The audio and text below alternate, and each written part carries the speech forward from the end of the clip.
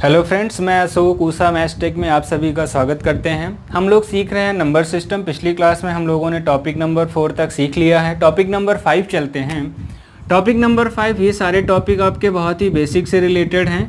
Topic number 5 है हमारा unit digit ज्ञात करना, इकाई का अंक ज्ञात करना।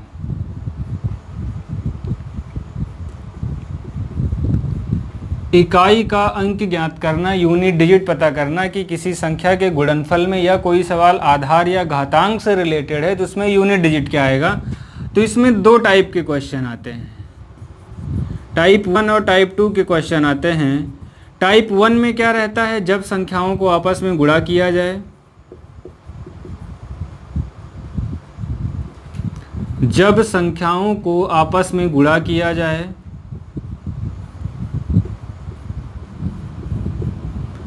जब संख्याओं को आपस में गुणा किया जाए तो इकाई का अंक ज्ञात करना। दूसरा क्या है कि आधार और घातांक पर आधारित,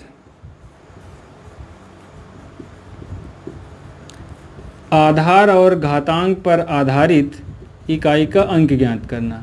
तो ये दो बहुत ही छोटे छोटे टॉपिक हैं। इसमें हम लोग सीखते हैं कि कैसे हम लोगों को पहले टॉपिक में करना। पहले टाइप के क्वेश्चन क्या हैं, जब किसी संख्याओं को आपस में गुणा किया जाए तो इकाई का अंक ज्ञात करना। आइए समझते हैं यहाँ पे थोड़ा सा हम लोग। जैसे मान लेते हैं दो छोटी छोटी संख्याएं लिखी गई हैं, 42 गुणे मान लेते हैं यहाँ पे 56 लिखा हुआ, ठीक है। इकाई का अंक ज्ञात करना, इसका मतलब सिर्फ आप इकाई वाली संख्याओं को गुणा कर लीजिए तो कितना हो गया, 6 दूनी 12। तो 12 में इकाई का अंक कितना हो जाएगा, तो आपके सवाल का आंसर हो गया 2। अगर यहाँ पे ज़्यादा संख्या से मान लो लिखा हुआ 123 गुणे 232 गुणे 343 गुणे 401, अगर इस टाइप के भी सवाल आ जाते हैं तो सेम टाइप का मेथड लगाएंगे। सभी संख्याओं में इकाई के अंक का आपस में गुणा कर लेंगे, जो हमारा इकाई का अंक आएगा वो हमारा उत्तर हो जाएगा।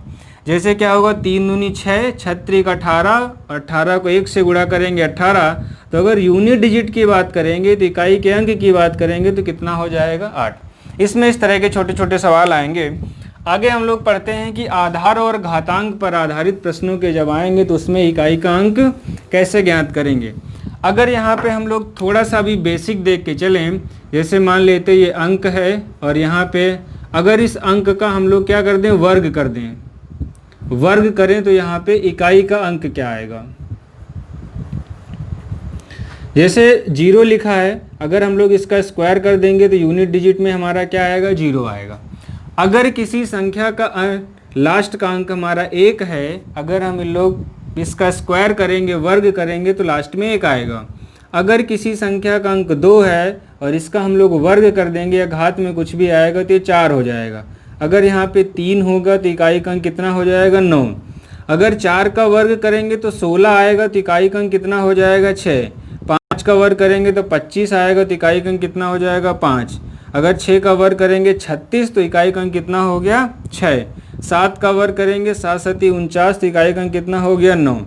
8 का वर्ग करेंगे तो कितना हो जाएगा, 64 तो इकाई का अंक कितना हो गया, 4।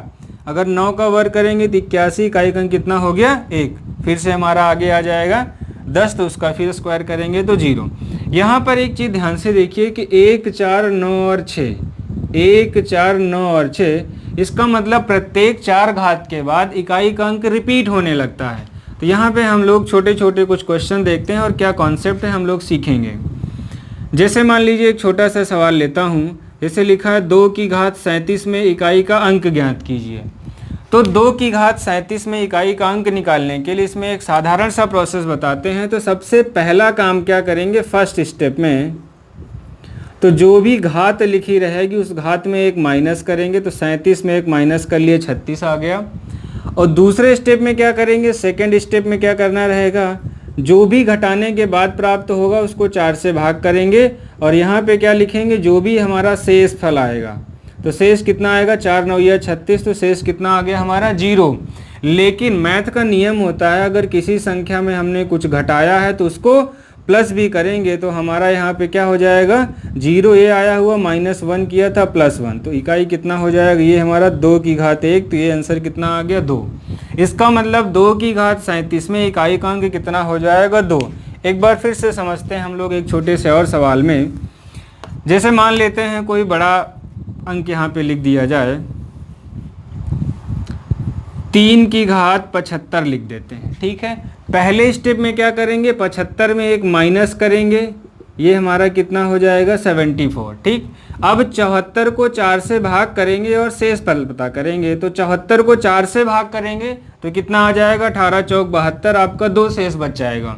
तो 2 शेष यहाँ से बच गया, लेकिन एक हमने घात में माइनस किया था, तो सबसे पहले तो शेष वाला लिखेंगे, जो माइनस किया था उसको प्लस कर लेंगे, तो 3 की घात 3 मतलब 27 हो जाएगा। तो इकाई का अंक कितना हो गया, 3 हो गया। एक और सवाल हम लोग समझते हैं, अब इसको डायरेक्टली हम लोग सीखेंगे। जैसे मान लेते हैं कि एक बड़ी संख्या दी गई है 1967, 1967 की घात मान लेते कुछ भी लिखा हुआ है, 1965 लिखा हुआ है, ऐसे कर लेते हैं। तो सेम वही कॉन्सेप्ट है, सबसे पहले 1965 में एक माइनस करेंगे, क्या हो गया 1964 हो गया, 4 से भाग करेंगे। 4 से भाग करने का नियम क्या बताया गया कि दो संख्याएं लास्ट के 2 डिजिट अगर 4 से पूर्णतः विभाजित हैं तो शेष 0 आएगा, तो शेष हमारा 0 आ गया। एक माइनस किया था, एक प्लस कर लेंगे तो 1 आ गया, और हमारा इकाई का अंक कितना है 7, तो 7 की घात 1 कितना हो गया, 7 हो गया। एक और सवाल हम लोग सीख लेते हैं, फिर इसमें कुछ स्पेशल नियम आपको बता दिए जाते हैं। जैसे मान लेते हैं लिखा हुआ है 189 की घात 7523, ये एक छोटा सा सवाल है। सेम वही काम करना है, दिए गए घातांक में एक माइनस करेंगे तो कितना हो जाएगा 22। 7523 में एक माइनस के 7522, 4 से भाग करेंगे। 4 से विभाजिता का नियम क्या है कि लास्ट के 2 अंकों को भाग कर लेंगे, 4 पंचे 20, तो शेषफल कितना बच गया 2। एक माइनस किया था, एक प्लस कर लेंगे तो कितना हो गया 3।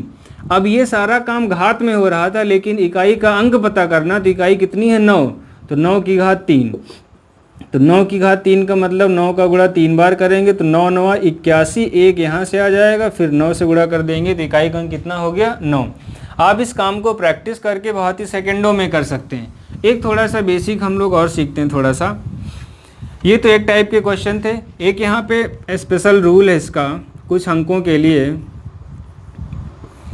स्पेशल रूल में अगर हम बात करें, सबसे पहला तो डिजिट अगर हम 0 की बात करें, अगर हम लोग 0 का स्क्वायर करते हैं तो 0 आएगा। जैसे 10 का स्क्वायर करोगे तब भी इकाई अंक 0 आएगा, या आप 100 का स्क्वायर करोगे तब भी इकाई अंक 0 आएगा। अगर आप स्क्वायर ही क्यूब कर लो, जैसे मान लो यहाँ पे 20 लिखा हुआ, 20 की घात आप 3 कर दो तब भी आपका इकाई का अंक कितना आएगा 0 आएगा। तो एक नियम यह आ गया, यदि किसी संख्या में इकाई का अंक 0 है, उसकी घात कुछ भी हो, जैसे हम मान लेते हैं 7560 की घात मान लेते हैं 723 लिखा है, तो सिंपल आपको थोड़ा सा रिवीजन मोड पे रहना है। क्या रूल बताया जा रहा है, यदि किसी संख्या में इकाई का अंक 0 है, घात कुछ भी हो, तो डायरेक्ट आपको इकाई का अंक क्या हो जाएगा 0। दूसरा हमारा स्पेशल रूल क्या है, एक के विषय में है। अगर जैसे मान लो कहीं पे 11 लिखा हुआ, 11 का स्क्वायर करेंगे तो इकाई का अंक कितना आएगा 1 आएगा। कैसे आएगा, 11 गुणे 11 पहले टाइप में बताया गया था, तो 1 1 जा कितना हो गया 1। या फिर कोई और दूसरी संख्या ले सकते हैं आप, 21 का स्क्वायर कर लीजिए तो 21 गुणे 21 हो जाएगा। इकाई वाली संख्याओं को गुणा करेंगे तब भी 1 आएगा।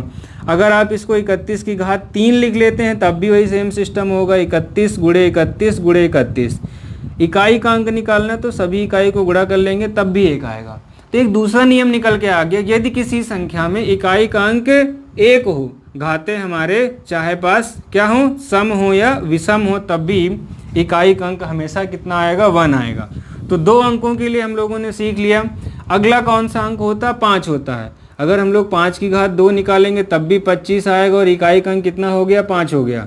अगर हम 5 की घात 3 की बात करें तो 5 की घात 3 कितना हो जाएगा हमारा 125 हो जाएगा, तब भी इकाई का अंक कितना आ गया 5। या फिर 15 की घात 2 या कोई भी संख्या ले लेते हैं तो 15 की घात 2 करोगे 225, तब भी 5 आया। एक और नियम निकल के आ गया, यदि किसी संख्या में इकाई का अंक 5 हो, घाते कुछ भी हो, कुछ भी का मतलब घात चाहे सम हो या विषम हो, इकाई का अंक हमेशा 5 ही रहता है। एक और है हम लोगों के पास, अगला है 6 के विषय में। अगर 6 का स्क्वायर करोगे तो 36 आएगा, तो इकाई का अंक कितना हो गया 6 हो गया। अगर 6 की घात 3 करोगे तो 216 आएगा, तो इकाई का अंक कितना हो गया 6 हो गया। अब 6 की जगह पे आप चाहो तो 16 कर लीजिए, 16 का स्क्वायर करोगे तब भी 256 आएगा, तो इकाई का अंक कितना हो गया 6। इसका मतलब 4 अंक हमारे पास ऐसे हैं, वे कौन कौन से अंक हैं, यदि किसी संख्या में इकाई का अंक 0 हो, 1 हो, 5 हो या 6 हो, घाते हमारे पास कुछ भी हों, अगर हम घाते कुछ भी की बात करेंगे, घाते कुछ भी हों, तो इकाई का अंक क्या होगा, क्रमशः 0, 1 और 5, 6 होंगे। 0, 1, 5 और 6 होंगे। यदि किसी संख्या में इकाई का अंक 0, 1, 5 और 6 हो, घाते कुछ भी हो, तो इकाई का अंक क्रमशः 0, 1, 5 और 6 होंगे। टॉपिक नंबर 5 में इतना ही पढ़ना था, लेकिन बहुत ही इंपॉर्टेंट टॉपिक है। जनरली इसके क्वेश्चन एग्जाम में आते हैं, तो आपको प्रैक्टिस सेट से अलग से क्वेश्चन कराए जाएंगे। हर टॉपिक वाइज कम से कम 20 क्वेश्चन हम करा देंगे, जो भी सिलेक्टेड क्वेश्चन होंगे जो एग्जाम में पूछे जा चुके हैं या फिर आने वाले हैं। तो ऐसे क्वेश्चंस के लिए आप देखते रहिए। आगे हम लोग पढ़ेंगे टॉपिक नंबर 6 में नेक्स्ट वीडियो में। Thank you.